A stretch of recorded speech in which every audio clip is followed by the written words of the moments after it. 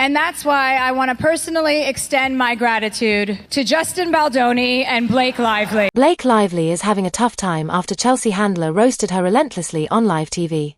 Handler poked fun at Lively's legal drama, dismissing it as nothing more than a distraction, and sarcastically thanked her for the entertainment. So it is important in times like these to have a distraction. The Critics' Choice Awards are typically filled with self-congratulatory speeches and forced humility, but this year, there's probably not going to be a sequel.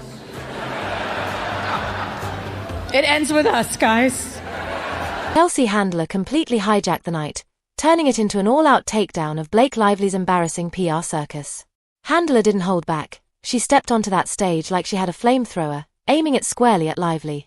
The best part? Hollywood didn't flinch. They just laughed.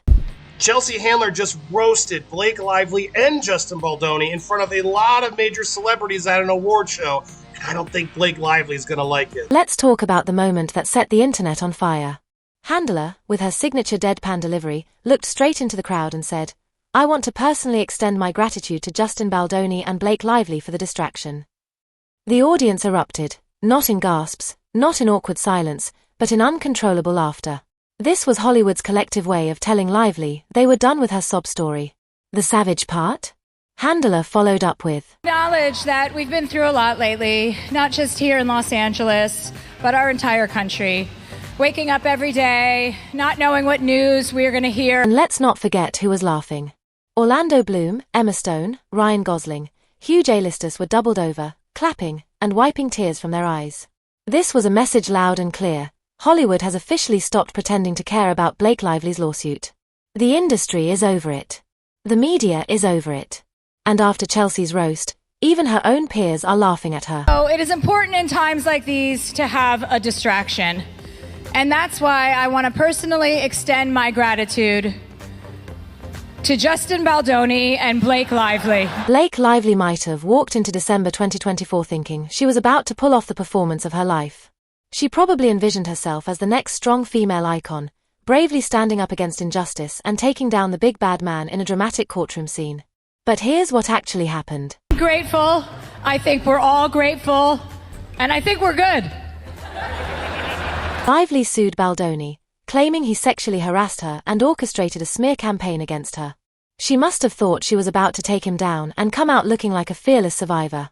Too bad she didn't anticipate one small problem. Baldoni wasn't about to roll over and take the fall for her fairy tale victim story. I think everybody in this room, no matter whose side you're on, we can all agree to accept that there's probably not going to be a sequel. It ends with us, guys.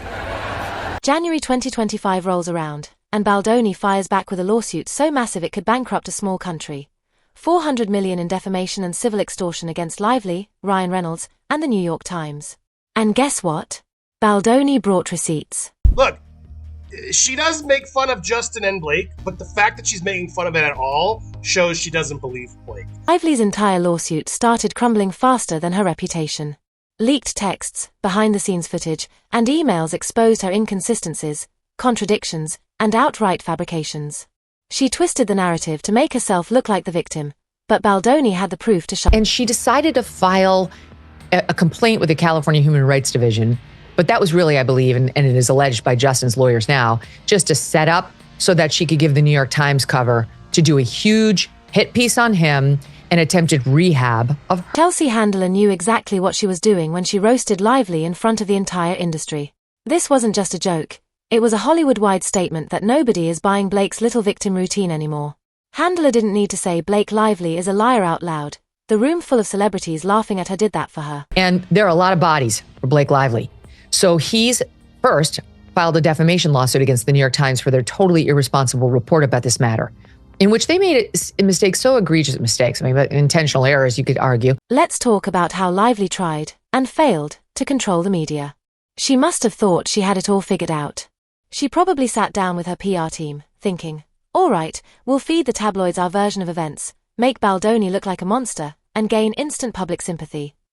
Too bad Chelsea Handler saw right through the fakery and called her out in front of the world. HR complaint saying these were real and these were ignored, all painting Justin Baldoni to be a monster, okay? Lively's press team flooded the media with hit pieces against Baldoni before the lawsuit even reached the courtroom.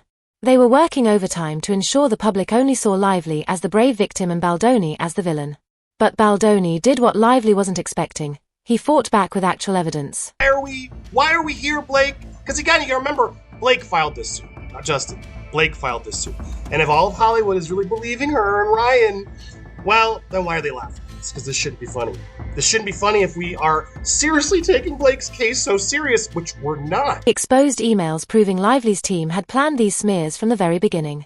Not only that, but she even dragged the New York Times into it, using them as her personal mouthpiece to push her one-sided narrative. Huge mistake. Now Baldoni is suing the publication for $250 million. And guess what? They're scrambling to distance themselves from her disaster. I would challenge back. This is absolutely not good for Blake Lively and Ryan Reynolds. To see the Critics' Choice Award, which is a lot of critics and people coming in, it's press and people who review the films or at least hobnob with the studios. They're there trying to be nice to all the celebrities. Chelsea Handler mocked the entire mess effortlessly, sarcastically thanking Lively for the entertainment, implying what everyone had already suspected. This was never about justice. It was a PR stunt gone horribly wrong. The best part? While Handler was roasting her on live TV, Lively was reportedly at home spiraling, scrolling through Twitter, watching the world laugh at her downfall in real time. This isn't how she imagined things going, is it? Blake Lively thought she could manipulate the system, twist a few words, play the victim card, and walk away as Hollywood's new feminist warrior. Instead, she became a laughingstock. Unless Blake's dropping something to warrant all the things that she did to him, Justin deserves justice. Justin deserves to get his Wayfarer back where it was. Justin gets to deserve to make more movies. Blake Lively really thought she had this in the bag. She thought she could throw together a bunch of accusations, play the victim, and the world would automatically believe her.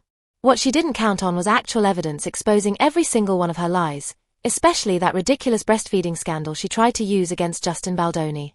Interestingly enough, all of these publications, which are known to just publish whatever, they publish things about me that are completely untrue, they don't care about defamation or anything like that, all declined to publish this. According to Lively, Baldoni made inappropriate comments while she was breastfeeding on set. Sounds shocking, right? Too bad it was a complete fabrication, and the receipts proved it. Baldoni's legal team exposed text messages showing that Lively herself invited him into her trailer while she was breastfeeding. Yep, you heard that right. She wasn't some helpless victim being invaded. She literally told him to come in. I don't like her. She seems like a bully. She was such a high-maintenance diva bully brat. But that's not even the worst part. Not only did Lively lie about being uncomfortable, but leaked messages also showed she constantly brought up breastfeeding in casual conversations. It wasn't Baldoni who was obsessed with it. It was her. The industry saw those texts and immediately knew what was going on. She got caught twisting yet another narrative, and it all collapsed right in front of her. This shouldn't be funny. This shouldn't be funny if we are seriously taking Blake's case so serious, which we're not. No one is, because her case has no evidence. It's complete nonsense. At this point, Chelsea Handler didn't even need to say anything. The damage was already done. But she did what she does best and threw the final nail in the coffin anyway. Hollywood wasn't cringing at Lively's trauma. They weren't whispering in concern. They were laughing. And when an entire industry is laughing at you instead of supporting you, you're done. He called me sexy and asked how much I weigh when he has a back problem. It is absurd what she's accusing him of, as we've broken down. If Lively still had any respect left in Hollywood, Handler's roast would have been met with awkward silence. But that's not what happened. Instead, the biggest A-listers in the room, Orlando Bloom, Margot Robbie, and half the room full of Hollywood's elite, were in full-on hysterics. At these Hollywood award shows, was actually going to step up and make some jokes. So props to Chelsea Handler. I think she could have gone harder. I think she could have gone more on Blake and Ryan, but she's playing in the middle. But all I will say is this is not, Blake Lively's not. Some even clapped and cheered because, finally, someone said out loud what everyone was already thinking. Blake Lively's victim act is a joke. This sums up Hollywood in a nutshell. Oh God, please don't show me a laugh. I don't want to get Blake and Ryan mad, but it's funny. Please don't cut to me. Please don't cut to me. Oh God, it's funny though, and I have to laugh at it because this whole thing's ridiculous. Let's talk about who wasn't laughing, or better yet, who wasn't even in the room to defend her.